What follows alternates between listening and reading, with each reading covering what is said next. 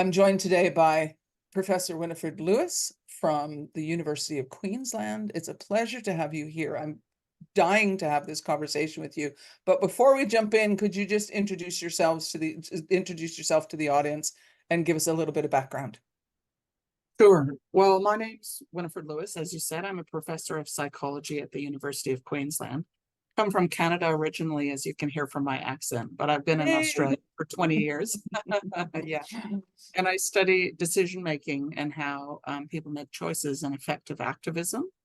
So I've studied that topic in a range of contexts and with a range of political and social behaviors, ranging from campaigns and campaign backfires to political violence and terrorism.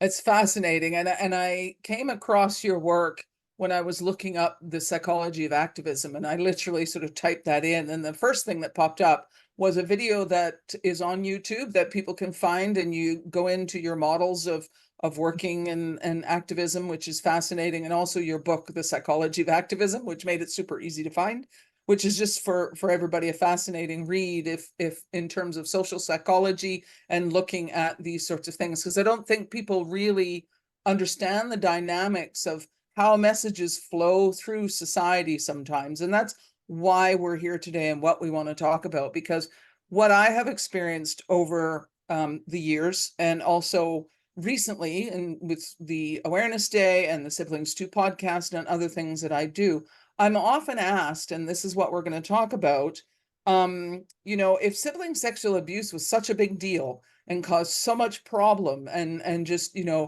was such a negative impact on people's lives, why am I only just hearing about it? Yeah, Why are we not talking about it? And why are we not up in arms, with our placards down in front of the government offices and things like that? So that's what I want to explore with you today. So in about 15 or 20 minutes, we're going to solve all the world's problems right. and figure out why such an important and devastating situation with sibling sexual abuse is just not discussed. Yeah, So what is it then that would cause people not to engage in this conversation? right. Well, I think for those of us that are of a certain age, we will recall that all forms of sexual abuse were not discussed when we were little. And when you ask the question, there were very explicit messages from parents, from society, from politics about what was and was not okay to say. And so if you tried to raise any of these issues, you were silenced. People might be thinking, well, that's all in the past. A youngster who tried to talk about that now would not encounter pushback, but that's just not the case. We know from psychology that there can be really powerful denial motives, and those denial motives are associated with fear. And so, in order to face something that's really difficult, people need to have a sense of what they can do about it. And if you are confronted by something that seems really scary and really terrible, and you don't know what to do about it, people do often go into denial, and the partner of denial, which is silencing, which is telling people to stop talking, which I know you've experienced yourself. So, for example, many of us are old enough to remember the tobacco campaigns in the old days, and they started to talk about this horrible problem of widespread lung cancer caused by smoking. And smoking was very common at the time, and people went into denial at an individual level, smokers, but also family members and policymakers for a very long period of time, resulting in unnecessary deaths. And eventually that shell of denial was cracked. And the way to crack a denial shell about a problem like sibling sexual abuse is simply to calmly state the reality of the problem with some guidance on what you hope that people will do about it. And that can include reassurance. So, for example, this is a real problem. It really does exist. It does hurt kids, and it could be hurting kids that but it doesn't hurt everyone. It doesn't mean that it's happening today to your children. Here's what you can do to monitor. Here's what it looks like. Here's how you can help kids that it's happening to. And so pairing that information about a problem with information about how to respond is how you can kind of crack that shell of denial and empower kids and families to come forward. Because I can guarantee you that part of the reason why people are not taking action is because no one else is taking action. So this is a very common problem in psychology, the bystander non-intervention. The first person to raise an issue has to face a social uncertainty and anxiety and sometimes real stigmatizing negative reactions where people try and get them to shut up. But the 10th person can just raise it. So we're at that stage now. Nancy, you and a few others are the first people, and you're encountering pushback and skepticism and hysteria. But after the next 5, the next 10 come forward, then we will have cracked this. And that will mean that kids can get help, families can get help, GPs know what to do, psychologists know how to refer, and those kinds of resources are available in the health system. And that's where we want to get to through effective activism. Absolutely, we want to get there. And I'm wondering too, from your perspective, because anything to do with sex, and as someone else in the awareness day talked about, you put the words child and sex in the same sentence, and you just like lit off a bomb of I can't talk about the subject. You just ramped up the denial exponentially. So sibling sexual abuse is considered this taboo. So I'm going to assume then, the more taboo something is, maybe the bigger that group of 5 and 10 people need to be, or the longer the messaging needs to be. Would that be the way it goes with something like that? It's about size, but it's also about those networks of trust. So when we imagine, let's say someone comes to you and says, look, there's lizards controlling the government, something that you've never heard of before that seems really shocking. I mean, the fact that you don't have a relationship with that person and they have a kind of lack of authority to speak on this topic, these are some of the factors that lead you to dismiss that. So here's someone that comes like yourself and says, look, there's this problem. You may not have heard of it, sibling sexual abuse. So people will be evaluating you as a source and the relationships that they have with you. So when people are wanting to speak out about this topic, sometimes we might have a desire to just speak to strangers, and sometimes that's what social media is. But there are barriers against, psychological barriers against letting strangers convince us of things that seem, impossible to be true. Those psychological barriers, you can think of it as a social immune system that prevent you from being manipulated by others who might not have well-founded beliefs. So how we need to address awareness raising in that context is really by speaking with and through credible experts and speaking with and through networks of trust or chains of trust. So if I need to get this issue on the radar of my local school, and I know I can see that the principals put me in the basket of a crazy parent, I go around that, rather than beating my head on that wall of mistrust or that barrier. Every person has identities for the roles that they act in, like a teacher, a principal, a doctor, a psychologist.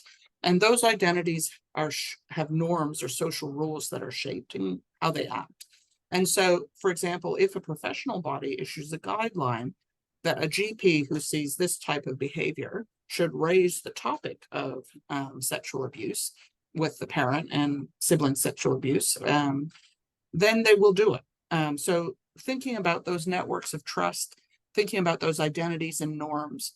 In general, we change our norms, our rules, we change them when leaders and in-group members tell us to change rather than outsiders. So if you feel as a parent or a survivor that you're not having the effect that you need, it's probably because people are not positioning you as a leader in their field, in their roles.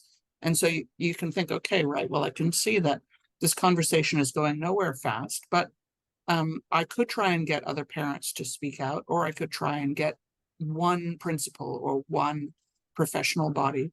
And oftentimes it's like dominoes falling. So if the leader in particular makes an announcement, everyone listens, right? If a principal makes an announcement, if the professional body makes an announcement. So those are the kinds of dominoes that we're going to target in effective activism. The other factor is, in some cases, there can be misinformation. There can be false stereotypes. People may have a general sense that if anyone engages in inappropriate sexual behavior as a child, this means that they're a predator for life. I mean, that's a terrifying prospect. So we need to dispel that myth. We need to engage that false stereotype. And we need to, both for survivors and for youngsters who are engaging in child perpetration, we need to reassure people that this does not mean, this is not part of the same package as someone being a serial rapist in a television show, Ted Bundy. This isn't part of that, not at all. So it's providing the reassurance, the normalization, communicating with authority and expertise, including the lived experience of survivors, but also our kind of cultural authority as psychologists or scholars or whoever, going through channels and trying to engage leaders so that they will pass the message on rather than always trying to connect with people one-on-one. One-on-one's really good for relationship building and trust with other parents and survivors. But in terms of getting policies to change, which is something that we do want with effective activism, you do have to often go through those political, educational, and expertise networks. Is it usually and I know the mix would vary for all sorts of different reasons. So generally speaking, is it usually a mix of sort of top down and bottom up coming together in the right mix that ultimately leads to that sort of social change or a shifting of society's perception of social justice? Yeah, I think it can never only be top down. So if when things are put in top down without any bottom up, we get something like prohibition, where there was an attempt to ban alcohol in the 20s. Young people may not even know this. In the 1920s, I'm talking about now. And it largely failed. People just kept going and drinking. So I think when things are only top down, they always fail. But when things are grassroots, they can stay stuck for ages. So again, hearkening back to experiences of sexism, sexual harassment in the workplace, when you and I were young, was absolutely every woman's experience. I don't think there's many women that are our age that weren't sexually harassed in the workplace. The only question was whether you were sexually assaulted. And now things have really changed. And how did they change? That needed to have top-down leadership, but that came on the back of decades of work and grassroots work. I'd be optimistic that the sibling sexual abuse can move a lot faster because we already have broken a number of taboos, including in the last few years with the Me Too movement. So that is a foundation to allow this to move more quickly. But we still have, as you say, important taboos, important fears that people have about what it means to both experience and to perpetrate child sexual abuse from siblings. And we need to dispel those fears and get the information to people so that they can recognize it and help the kids out and validate and normalize what people have experienced. Not normalize it in the sense of making it okay, but normalizing it in the sense that, other people have experienced this too. And it doesn't mean that either the survivor or the perpetrator will, repeat the behavior lifelong and become a serial rapist or, be damaged in their relationships throughout their life necessarily. There is a lot of optimism and hope, particularly when we're talking about those who are able to get to therapeutic interventions and things like that, so that both children, when they're still children, are able to figure out what's been happening and understand, particularly for the person who's causing harm, what some of the factors may have been and deal with that sort of understanding. Because of course, what we do know is when you have unresolved trauma and you bring it into adulthood, it creates all sorts of other narratives in one's head and impacts life in a wide way. So part of the idea of raising awareness and creating change with sibling sexual abuse is, as you say, to make it more possible for people to access information, access support. And there may never be enough psychologists and therapists and everything to deal with every single family who's experienced this. But I know from personal experience that simply being able to say that this happened to me to people without them sort of shutting down and going, "Oh, nice to see you, I gotta go," like that sort of like, I need to push this subject away. Just being able to be heard by others makes a huge difference in somebody's journey, even if they never have, for example, long form therapy or something like that. So, That's which right. is, pardon me. That's right. Yeah, and so that's another reason why reducing societal stigma is a key element, I think, of not only prevention but intervention when it comes to sibling sexual abuse. So understanding all of these factors, like fear and even, I suppose, elements of sort of cognitive dissonance. And like I remember when I was doing my studies a long time ago, we used the subject of smoking to explain cognitive dissonance, how people would be aware that smoking was bad for them, but because it's easier to change their attitude than their behavior, they would just decide, oh no, this has nothing to do with me. And ironically, I used to work in the legal department of one of the big tobacco companies, so I was very Yeah, familiar with it.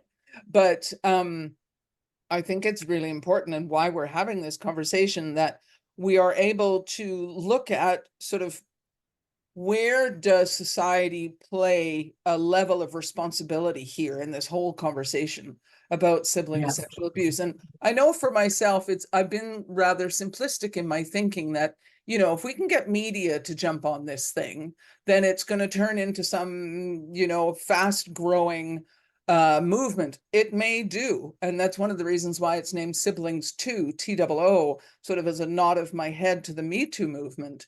But it's not enough, is it? And mm, that's what I've been learning from you and from other things as well. It really is looking at the psychology of what's going on, because even if we're talking about government, even if we're talking about professional bodies like medical and, you know, WHO, or, you know, all of these, we're still talking about people who have yeah, to make decisions about yeah, what they're going to pay attention to, what they're going to get behind, what they're going to support, what they're going to oppose, what they're, you know, so it's remembering that. And one of the things, you know, we've spoken about off the recording and I'm learning about from your book and other stuff is the dynamics of the different variables here, not mm, only in the individuals, but in their goals, yeah, as individuals and also as groups. And you know, are those goals unified or not? And you know, all these sorts of things. And they often don't align well. yeah. And And you then in really run into particular, those roadblocks, right? yeah, well, like we often think of a sequence in our work, and we call it an Abiaska framework, and it kind of deals with a sequence of goals: awareness raising, building sympathy, creating an intention to act, which is difficult, but even more difficult is getting the intention translated to action. So those are the first four steps in mobilization. And then the next three, which are really needed to get to effective policy change, includes sustaining your commitment over time and in the face of failure, because people get discouraged and groups can dissolve. And then building a coalition and bringing in the people that you need to convince decision makers, and avoiding counter mobilization, that's avoiding the backlash. And so with awareness raising, education is the obvious solution. You can also do things like celebrities and stunts, working the media. This is an important first step. Then building sympathy. In order to have sympathy, you need to have some degree of trust and credibility and liking to the source. And that's kind of what we've been talking about. You often build that in relationships and in identities. So, you know, knowing that I'm a professor or a psychologist may help the listener to trust me right now. And then if you have sympathy and you don't act, which is really what we're talking about, sympathy without intentions, the barrier there is usually that you don't think it's your job. So we all have sympathy for many causes that we're not acting on right now. People may not be doing anything about the situation of people in aged care, which can be, you know, very degrading and suffering. Or they may not be doing anything about famine in the Sudan, or they may not be doing anything about the Gaza context that's on right now.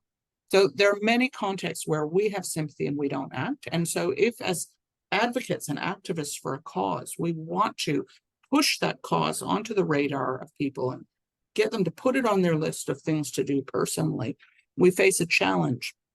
And the challenge is changing that norm, changing that identity so that we will accept that behavior as decision makers. And that's really where I was talking about that psychological defense or immune system, because we can't have a scenario where everyone can put items on our to-do list. If that were the case, we wouldn't be able to protect our time and our energy and money from the incredible demands of the world. So how do we make those choices? How do we change? And there's not one size fits all. But for example, in the child welfare context, people are very concerned, rightly, with the health of the child. So focusing a conversation on that. And Paired with that is a general principle that when people don't put it on their list of things to do and see it as part of their job, they often don't feel like they have the control and resources to address the problem. So if I said to you, look, I want you to do something about famine in the Sudan, you might say, aside from a donation to a charity, well, I don't have any control over that. I'm not taking that job. So it's very important to have a sense of what the asks are, and then to try and equip people through our own movements with the resources that they need to take this on. And so if people are looking to build energy, they might be looking at pamphlets and developing them.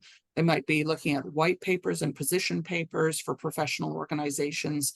That's where a professional organization will do that literature review and come to a consensus about how they should react based on the evidence. Looking in your fields, if you are part of those fields, and trying to move those decision-making bodies forward by equipping them for the change in policy that needs to happen. And if you're a parent or a survivor on the outside of that process, but looking to kind of get a move on, right? It's about trying to find those champions and saying to them, look, I can see that your body has not written, whether that's the psychiatrics or pediatricians, GPs, your body doesn't have a white paper on this. You need to write one. Can you tell me who would have interest in this? And it could be people that are already working in child sexual abuse. It could be people working in a family's context. It could be people coming from a feminist perspective. You need people with expertise and time. And those folks will put the first white paper up.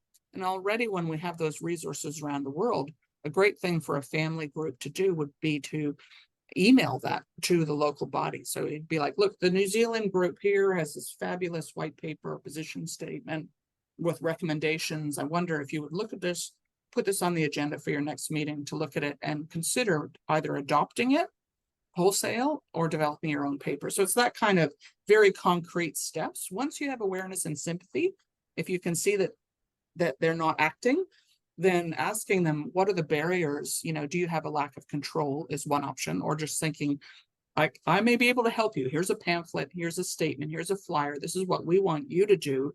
We want you to put this through your networks. We want you to send every parent in the school a simple pamphlet, what to look out for. When you send out that information about predation by strangers, which is a risk, but it's actually a less common risk than abuse in the family. Can you please also send out this flyer, just so parents know what to look for and so that they know how to get help?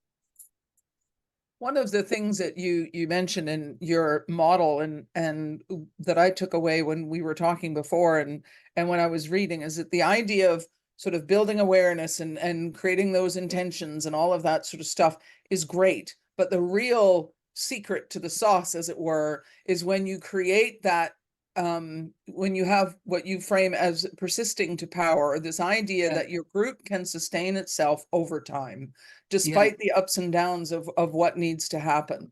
And also you're also talking about in your model coalition building. So just what you were referring to there, getting just little old me, as it were, reaching out to even people like yourself, but reaching out to my local GP or my local city councillor and getting buy-in from them, and then that extends out a little bit further to maybe the city's board of health, and then that extends a little bit further.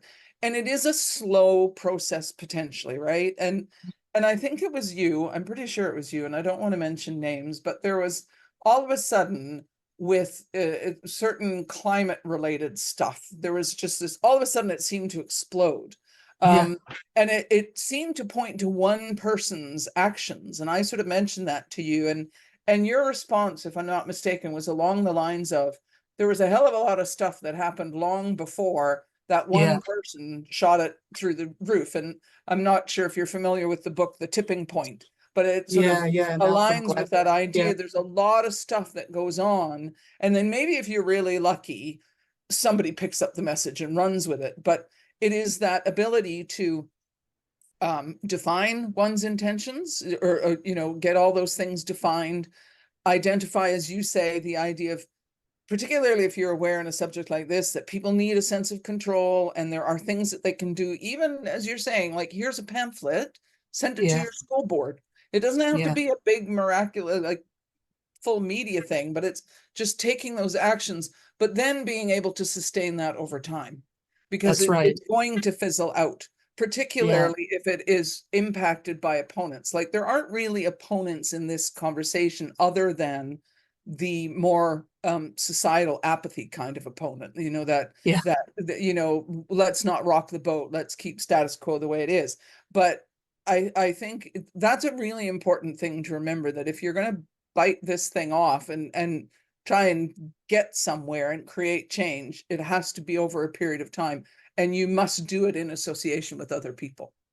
that's right. Because otherwise you burn out. In the book, we talk about 5 audiences. You yourself as the actor are one audience, right? If you do things that exhaust yourself and make you feel depressed, angry, and jaded, you're not going to be able to stay in it for a 5-year journey, and it's likely to take at least that time, Nancy. Yeah, Then the I other know. people can support each other, they can provide wise advice and counsel like what you're doing. And then there's bystanders that you're trying to draw into the movement. And that's really what we were talking about earlier with education and with mobilizing messages that try and change norms. And then we have opponents in many political contexts, hopefully not here. They try and push back against you and stop you from succeeding. And then we also have what we call third parties. And these are people that have day jobs. These are the media, these are policymakers, these are principals, these are teachers. Now, they're not going to become full-time advocates for SiblingsToo. So really what you're trying to do is get them to work with you. And that's the coalition building skills that we've been talking about. It could be you reaching out directly, especially if you have confidence. And let's say you work in business and you've got skills and you feel equipped to have meetings. But it could be also just, getting together with other survivors, other SiblingsToo members, and going as a group, because that can be compelling. Could be making a donation so that they can go as a group. So working in a smart way that takes it like official awareness of the fact that we're all very tired, very busy, and sometimes very broke, and the cost of living is real. So yeah, working with other people is absolutely the way. It's the only way to affect social change. That is for sure. Yeah. And I think, as we come to the end of our time, I think then sort of the answer to the question of, if this is such a big deal, why haven't I heard of it? It's more to do with, maybe you had, but for certain reasons you didn't hear the messaging, and Yeah. or it's messaging that, because of the nature of the messaging, has to date not made it to surface awareness in the way Yeah. that it's starting to now. Yeah. I would like to think that, when you and I speak 5 years from now, it'll be a conversation of, so Nancy, how are you elevating things to the next level? Yeah. Tell me about the coalitions you've been building, and Yeah. things like that. Exactly. And what are you doing to mitigate any pushback? But I do feel optimistic that this is where the whole SiblingsToo and sibling sexual abuse conversation by everybody who's moving things forward is heading to. So what I'd like to do now, just as we wrap up, as I say, is there some message or some piece of information that you'd like to leave the audience with, even if it's, here, go do this? Like, is there something like Yeah. that you'd like to say? Well, I think if you haven't already, I would say email Nancy and join the movement, get onto the e-list, be part of the calls. And if you want to act in your local area, reaching out to parent groups, reaching out to other survivor groups, reaching out to schools, GPs, psychologists, and pediatricians in your own networks, that's going to be a great step. I think, don't feel like you have to do it on your own. And always remember that sympathy without action is a big gap that a lot of movements fall into. So by personally taking action, and the most effective action is by joining a group, then you can help get the whole movement over the next line, which is where we're not only aware, we're not only sympathetic, but we're actually helping kids and families. I think that's a great message, and it can be these small steps that make a significant difference, right? And just reaching out to other parents and saying, I've been hearing about this stuff, I'm concerned, let's go to the school board, or something like that. It That's can be right. something that simple that begins to move things forward more so than they've been moving, which, we want to do. So, Winifred, I really appreciate your time today, and so many questions and so many things we could talk about that I think the audience would just be fascinated by. But, we're going to keep our time, locked in, and all the rest of it. Perhaps I can convince you to come on the SiblingsToo podcast in sometime in the future, and we can dive into this a little bit more, because it's a fascinating subject. And I have a bit of a background in psychology, nothing compared to yours, but a bit of a background. And I'm fascinated, and I know other people are, with the way our brains work, and what we will and will not pay attention to. I'm really open to that, Nancy. And meanwhile, I hope the day goes really well. And that, as you say, next time we speak, you'll be telling me about how you're managing the mass movement that it's become.